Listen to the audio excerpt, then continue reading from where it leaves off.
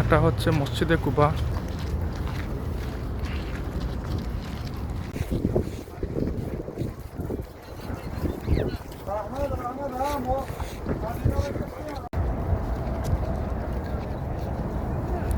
মসজিদে কুবা, যেটি আমাদের প্রিয় নবী হযরত মুহাম্মদ মুস্তাফা সাল্লাল্লাহু আলাইহি সাল্লাম মদিনায় এসে প্রথম নির্মাণ করেছিলেন।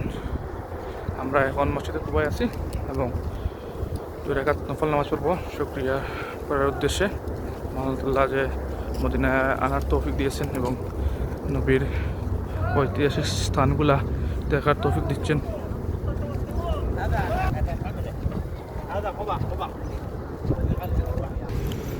মসজিদে কুবার ভিতর